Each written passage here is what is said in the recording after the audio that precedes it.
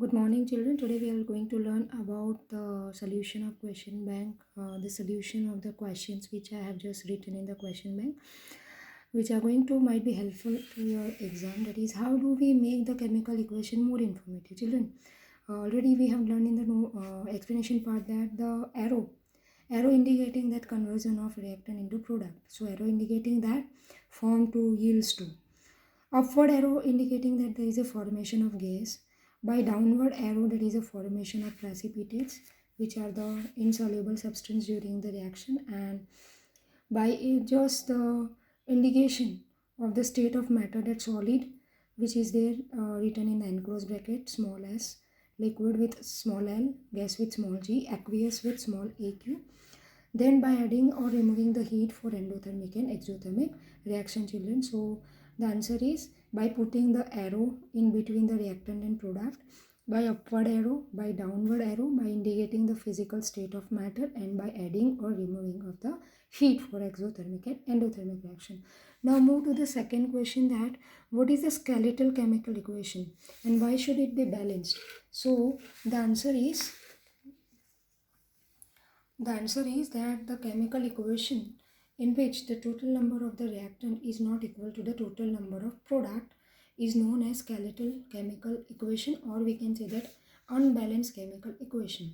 So why should it be balanced? So to obey the law of conservation of mass. So what is the law of conservation of mass, children? That mass neither be created nor be destroyed, or we can say that total number of mass is equal to total number of product. Now the third question is there, what type of change or which change do you observe during the chemical reaction? So we are just observing the change in color, change in state, physical state, evolution or formation of gas, formation of precipitates, then that formation of heat or absorption of heat. Then next question, when we talked about that,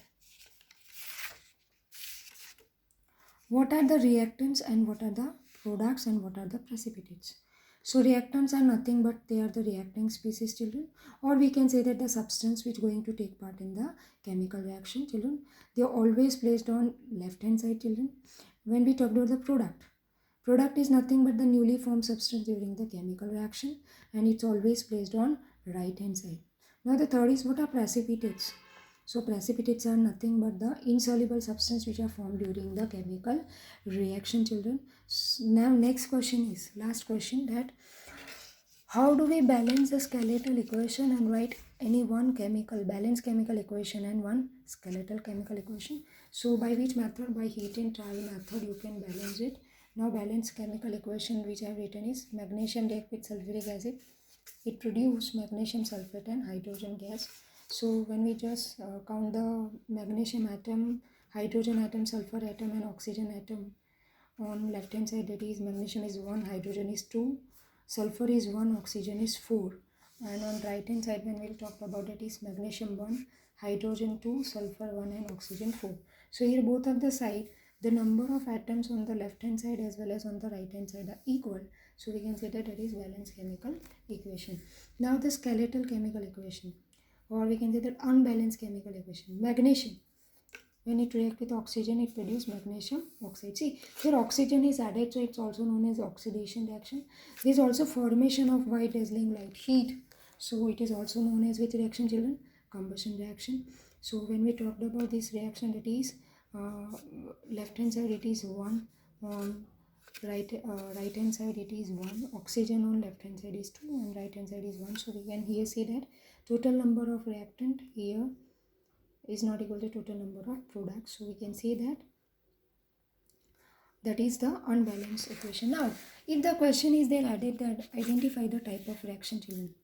So how we are going to write that particular answer, that here magnesium and hydrogen. When we talked about the reactivity series, children, what is reactivity series? That the decreasing order of the reactivity, arrangement of the decreasing order of the metal into their decreasing order of reactivity. So magnesium being more reactive displays hydrogen. So magnesium sulfate we are getting in hydrogen gas. So if we want to know about the type of reaction, we can say that it is which type of reaction? Single displacement reaction, children, because the more reactive displace the place reactive. Now here, if here heat is added, and if we want to balance, so what we have to do is we have to add coefficient 2 before MgM. So when we talked about heat, if there is a formation of heat, we can say that that is which type of reaction? Exothermic reaction. Then addition of oxygen also, we can say that that is also type of oxidation reaction. We can also say that the reaction in which oxygen is used up to form a heat, it is also known as combustion reaction, children. And lastly, when two or more reactants are combined to give a single product, that is MgO, children, so it is also known as combination reaction, children. So please kindly try to solve out these answers and write by yourself.